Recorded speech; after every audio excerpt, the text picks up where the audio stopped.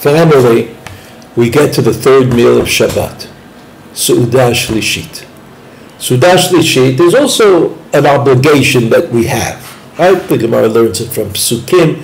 It's an obligation that we have to eat 3 meals on Shabbat.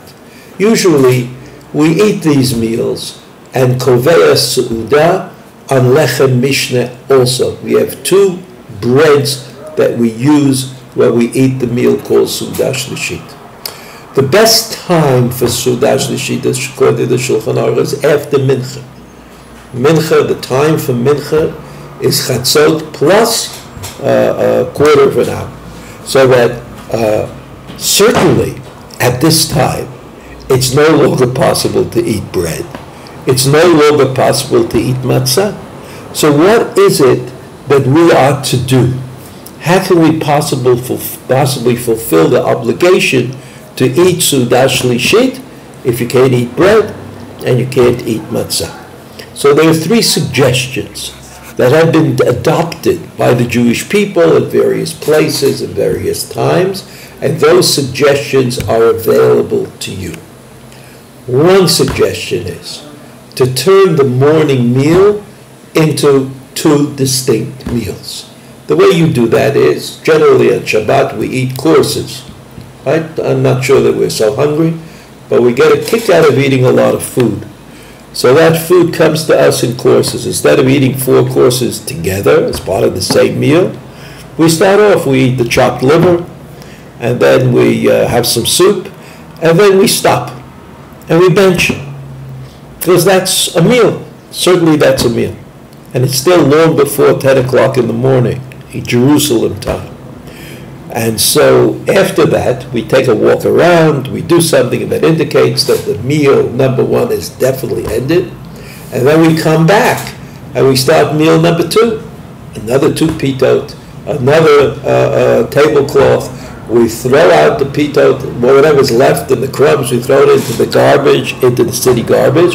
And then we eat meal number 2, which consists of the chot and the meat and whatever it is we eat in that part of the meal. So that what happened is, we have not eaten Seudat Shlishit at the optimal time, which is after Mincha, but we have eaten 2 real Seudot during the day on Shabbat. And that is the first suggestion. Many people in Yerushalayim have adopted that suggestion early on, and have done that, maintained that minhag for many, many years. A second suggestion, which is possible for Seudat Shlishit, is to wait until the afternoon after Mincha, and then to eat food, but not to wash and make hamotzi and be kovea seudah.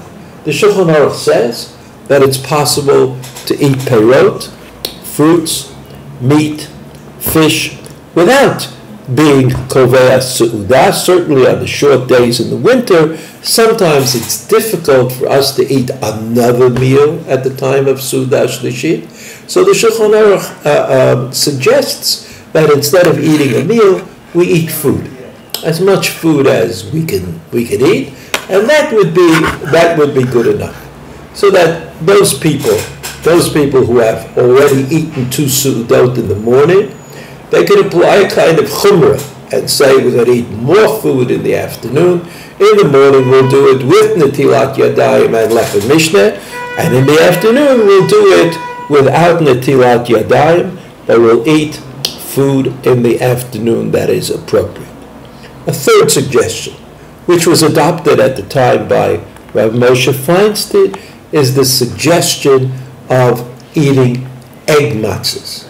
Egg matzahs, that's matzot that are made with mei perot, not so much with water, but with fruit juices or eggs, and therefore those kind of matzot are not appropriate for doing the mitzvah or the mitzvot, and therefore we don't eat those kind of matzot at all on Pesach, with the exception of people who are ill or have difficult digestive problems, but we don't eat those matzot on Pesach.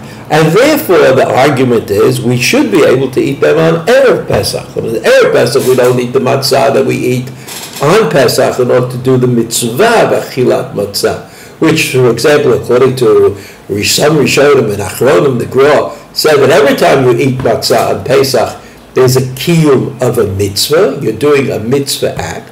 And so maybe the egg matzahs would solve the problem. Egg matzahs are a problematic element. Are they bread?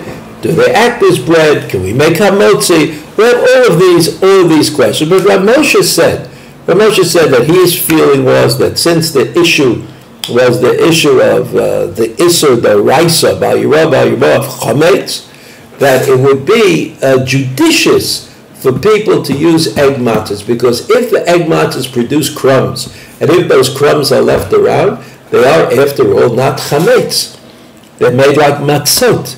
They're just not appropriate matzot for the mitzvah of achilat matzah on Pesach, or for eating matzot at all on Pesach, and therefore we don't eat them on Pesach. But it may be that the problem would be solved, the problem of Seudat Shlishit, if you use egg matzahs. If you could use egg matzahs for Seudat Shlishit, then perhaps you could also use them for Seudat Shniya, if you hold that they are not chametz and that they are appropriate to keep around on Pesach, even though we don't eat them. So the suggestions for Seudat Shlishit are, first, to break up the meal in the morning, and then you get a kind of a Seudat Shlishit at the wrong time on Shabbat, but you get Seudat Shlishit. The second possibility is to eat food in the afternoon after Mincha, but that food would not be accompanied by Lechem Mishnah at all. The Shulchan Aruch says that that is certainly a possibility. And the third option is to eat what is called egg matzot, right? Egg matzot, which was the preference that Rav Moshe adopted in a tshuva that he wrote at the time. I hope that all of this difficulty does not does not create special problems, and I wish you a Chag Kasher V'Sameach.